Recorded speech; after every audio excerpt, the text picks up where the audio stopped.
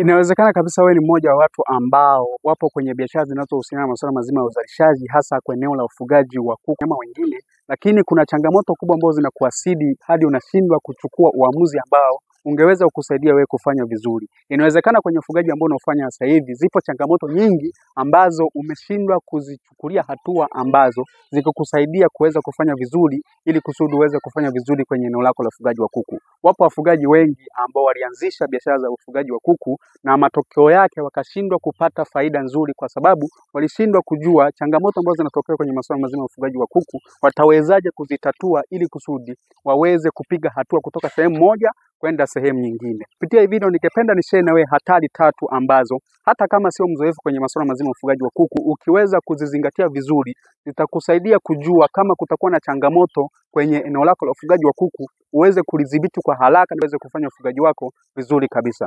Jina langu naitwa Lembo Kija. Napenda sana kuhusiana na masuala mazima ya ufugaji, hasa eneo la ufugaji wa kuku pamoja na wanyama wengine.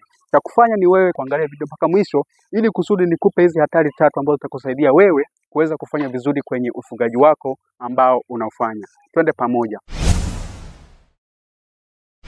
Yapo mambo mengi sana ambayo wewe kama mfugaji kama haujaweza kuyafahamu, kuna uwezekano mkubwa sana ukashindwa kufanya vizuri kwenye eneo lako la ufugaji wa kuku kwa sababu tu unashindwa kujua vitu gani ufanye ambavyo vikakusaidia kuweza kuepukana na changamoto ambayo inatokea na mwisho wa siku uweze kufanya vizuri kwenye eneo lako la ufugaji wa wanyama mbalimbali.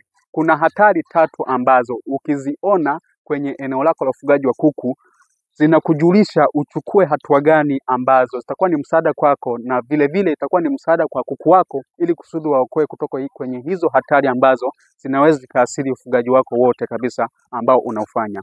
Hatari ya kwanza ni pale ambapo kuku anashusha mabawa. Unapoangalia kwenye kundi zima au kwenye eneo lako la ufugaji wa kuku, kila ukiingia asubuhi unakutana na kuku ambao wameshusha mabawa wa kutosha wengi. Kama una kuku 100 nakuta kuna kuku 20-30 wameshusha mabawa. Hiyo ni dalili au ni hatari ambayo inaonyesha kabisa kwamba kuna uwezekano kuna changamoto ambayo inabidi uchukue hatua za haraka sana ili kusudi uweze kuitatua, na kama utashindwa kuchukua hizo hatua hao kuku wakaathirika kutokana na ugonjwa ambao huenda umeingia kwenye eneo lako la ufugaji wa kuku kwa sababu ya kushindwa kujua nitawezaje kutatua hiyo changamoto kwa kuangalia dalili kama hiyo ya kuku kushusha mabawa. Hatari ya pili ni pale ambapo kinyesi cha kuku kinabadilika. Tunafahamu kabisa kwamba ili kusudi kuku aweze kukaa vizuri kwenye mazingira ambayo ana uzoefu nayo, lazima hali yake ya kinyesi iwe sio hali ambayo inaleta hatari kwako au kwake pia. Kuku ambaye ni mzima lazima kinyesi chake kinaelewa kwamba kinakuwa na dalili fulani. Lakini kama unaona kwenye eneo lako la ufugaji kuna dalili ambazo zinaonyesha aidha kuku anahalisha au rangi ya kinyesi cha kuku wako inakuwa ni tofauti, hii inaonyesha kabisa kwamba kuna uwezekano kuna hatari fulani ambayo inabidi uchukue hatua mapema ili kusudi uweze kutatua, na endapo utashindwa kuchukua hatua ambazo zinatakiwa, hiyo hatari ikaleta madhara kwako na ikakusababishia usiweze kupata matokeo ambayo ulikuwa unatarajia kwenye eneo lako la ufugaji wa kuku. Hatari ya 3 ambayo ni muhimu zaidi ni pale ambapo kuku anaanza kujitenga kutoka kwa kuku wenzake.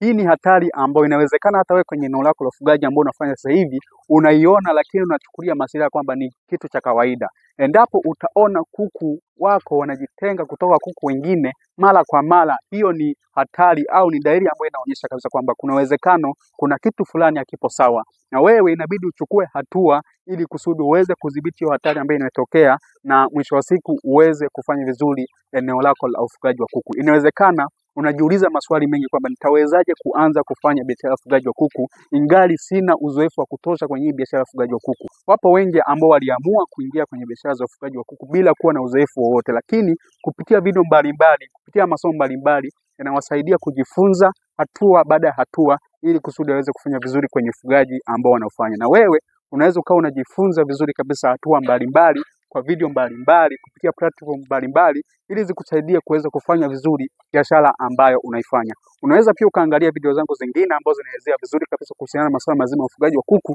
ili kusudi uweze kujifunza hatua kwa hatua jinsi gani utaweza kufuga kuku wako wakuletee matokeo kama wengine wanavyopata matokeo. Asante sana, tukutane katika video nyingine.